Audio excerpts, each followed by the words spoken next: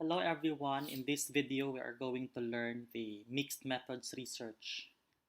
So basically we have three mixed methods research designs, but before that we would like to first define what is a mixed methods research. So as you can see on screen, a mixed methods research is an approach to inquiry that combines or associates both the qualitative and quantitative forms.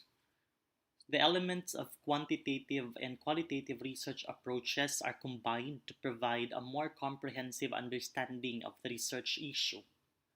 So, depending on whether qualitative or quantitative approach were used or was used first in the study, that would also dictate the methodology or the mixed method research design that you are going to use in your research paper.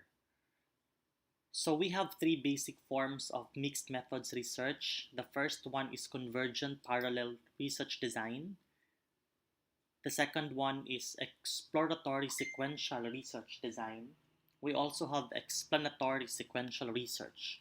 Although we still have another forms of mixed methods research designs, but these three were used commonly by researchers employing the association or combination of the mixed methods research approaches. So the basic mixed methods research design is the first one is convergent parallel research design.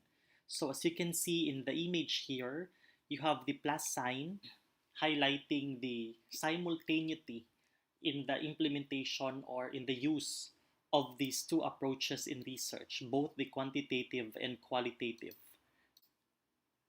For the exploratory sequential research, the qualitative methodology was used first by the researcher and it is followed by quantitative. So remember, exploratory starts with a qualitative research approach. And then you have the explanatory sequential research design. So in this type of mixed method research, the quantitative approach was used first and then it is followed by qualitative.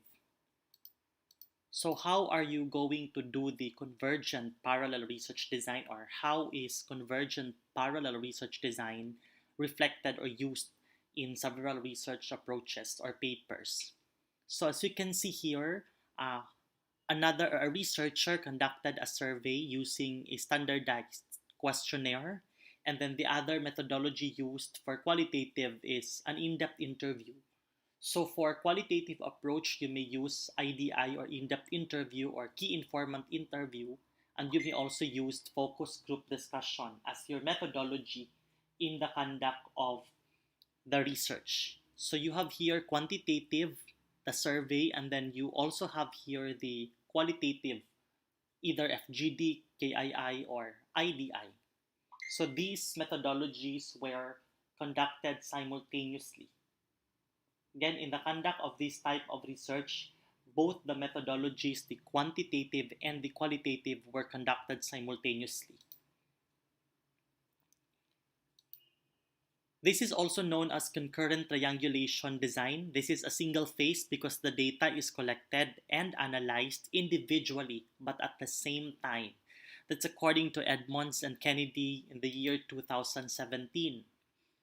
The question now would be, what about the computation of the respondents for the quantitative research, and what about for the computation of the participants or the selection of participants for the qualitative research? For the quantitative research, again, for the quantitative research for convergent parallel, of course, we are going to use a sample size calculator or a formula to compute for the respondents of the study. And for qualitative research, we don't need to compute for our sample size.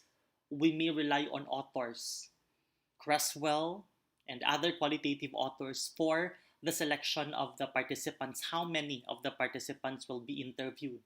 But usually for qualitative research, they also rely on the principle of data saturation. So as you can remember, data saturation is where when the researcher or during the series of interviews, the researcher were not able to gather any significant information. That means to say the answers of the participants keeps on repeating and no new insights emerged.